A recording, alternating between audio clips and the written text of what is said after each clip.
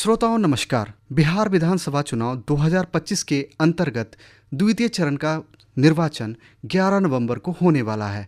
इस दौरान जमुई जिले में भी मतदान होना है। जमुई जिले में सुरक्षित मतदान, निष्पक्ष मतदान हेतु जो तैयारियां की गई है एवं मतदाताओं के लिए जो जागरूकता अभियान चलाए गए हैं, इसके और अधिक जानकारी के लिए बात कर रहे हैं जमुई जिले के जिला निर्वाचन पदाधिकारी सह जिला पदाधिकारी श्री नवीन से। सर, आपका स्वागत है।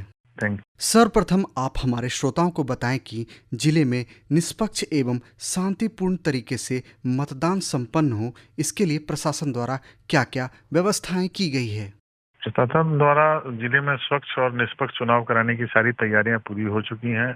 जैसा कि आपको पता है कि इस कड़ी में जो प्रतिनियुक्ति होती है पदाधिकारियों की, कर्मचारियों की, ईवीएम की, वो सब रेंडमाइजेशन के माध्यम से होती है। तो वो हम लोगों ने कर ली है। कौन सा बूथ पर कौन सा ईवीएम जाएगा उसका निर्धारण हो गया, और ये सारी चीजें ऑब्जर्वर की उपस्थिति में राजनीतिक दल और जो कैंडिडेट चुनाव लड़ रहे हैं उनकी उपस्थिति में किया गया है।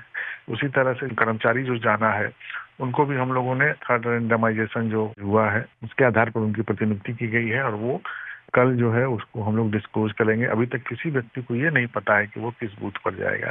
तो ये जो चुनाव आयोग के द्वारा जो मानक निर्धारित है उनसे ये पूरी तरह प्रमाणित हो जाता है, स्पष्ट हो जाता है। मतदाता भाग लेते हैं जिस चुनाव में, उसमें पूरी तरह से निष्पक्षता बरती जाती है। उसी तरह से जिले के सभी बूथों पर जो पैरामिलिट्री फोर्सेज की प्रतिनियुक्ति की जा रही है, तो वो भी जो होता है वो कंप्यूटराइजेशन के माध्यम से होता है। यानी किसी में भी कोई मैनुअल काम नहीं किया जाता है। तो ये तो प्रथम स्तर से हो गया। उसके अलावा मॉडल कोड ऑफ कंडक्ट लागू है, जिसके आधार पर हम लोग किसी भी व्यक्ति को कोई किसी तरह का एडवांटेज नहीं देते हैं। सभी व्यक्तियों के लिए, चाहे वो सरकारी दल के हों अथवा विपक्ष के हों, सबको इक्वल फुटिंग दिया जाता है। तो ये सारी तैयारियां, और इसके अलावा स्वीप एक्टिविटी है जिसमें हम लोग मतदाताओं को जागरूक करते हैं कि आपको वोट देना है, लेकिन बिना किसी भय के, बिना किसी पक्षपात के या बिना किसी प्रकार के लोभ में।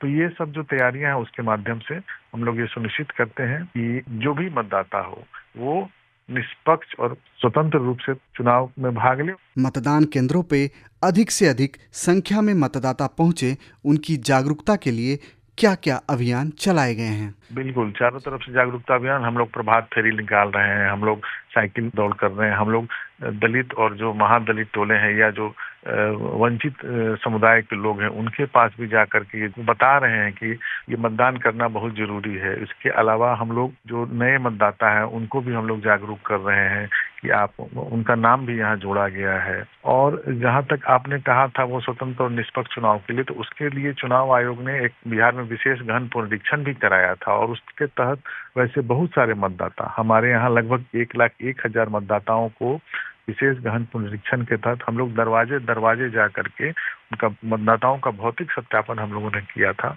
और वैसे मतदाता जो मृत हो गए थे, यहाँ नहीं रहते थे या यहाँ से स्थानांतरित हो गए थे या उनके नामों की दोहरी प्रविष्टियां थी, उसको हटाया।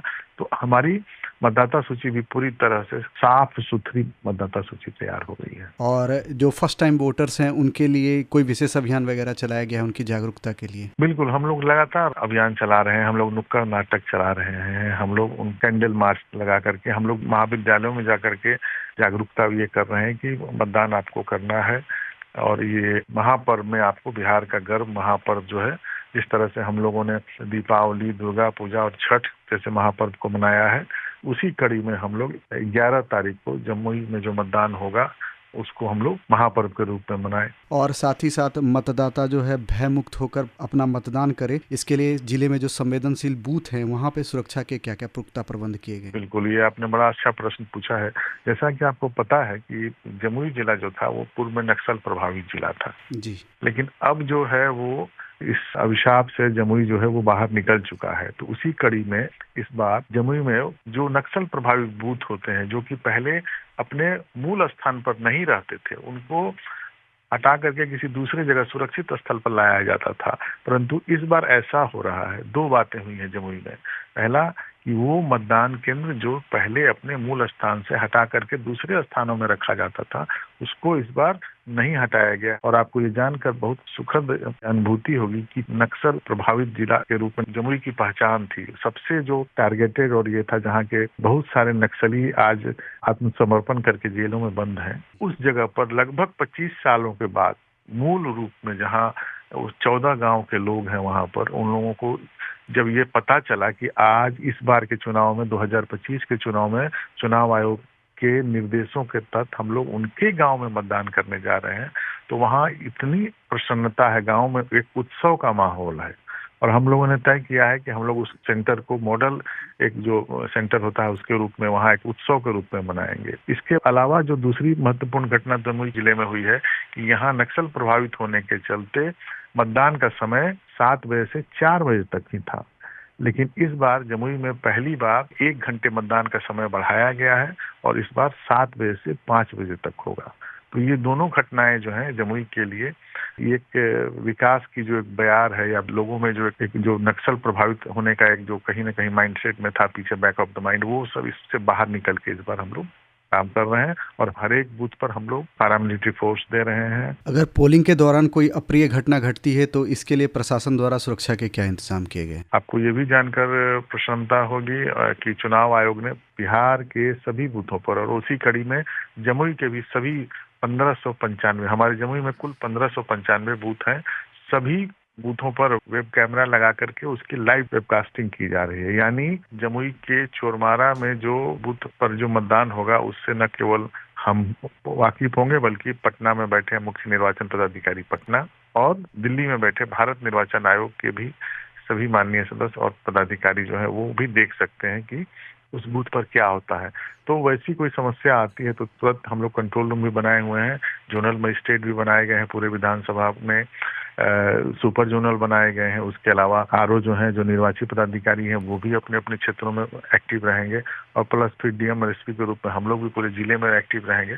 तो इस तरह की घटना नहीं होने की संभावना है, लेकिन अगर कोई ऐसी स्थिति उत्पन्न होती है तो प्रशासन उसके लिए पूरी मुस्तैदी से तैयार है। जी, और मतदाताओं के लिए क्या कोई विशेष हेल्पलाइन नंबर वगैरह जारी किए गए हैं? बिल्कुल, वो कंट्रोल रूम जो बनाया गया है उसमें डिस्ट्रिक्ट के लिए भी 4 हंटिंग लाइन है, जिसमें वो मतदाता अपने किसी तरह की कोई शिकायत या कोई परेशानी हो तो उसको बता सकते हैं। इसके अलावा हर एक विधानसभा के लिए भी 4 मोबाइल नंबर जारी किया जा रहा है ताकि मतदाता को अगर कोई असहज स्थिति या कोई शंका समाधान या कोई परिवाद करना है तो वो उस पर शिकायत कर सकता है।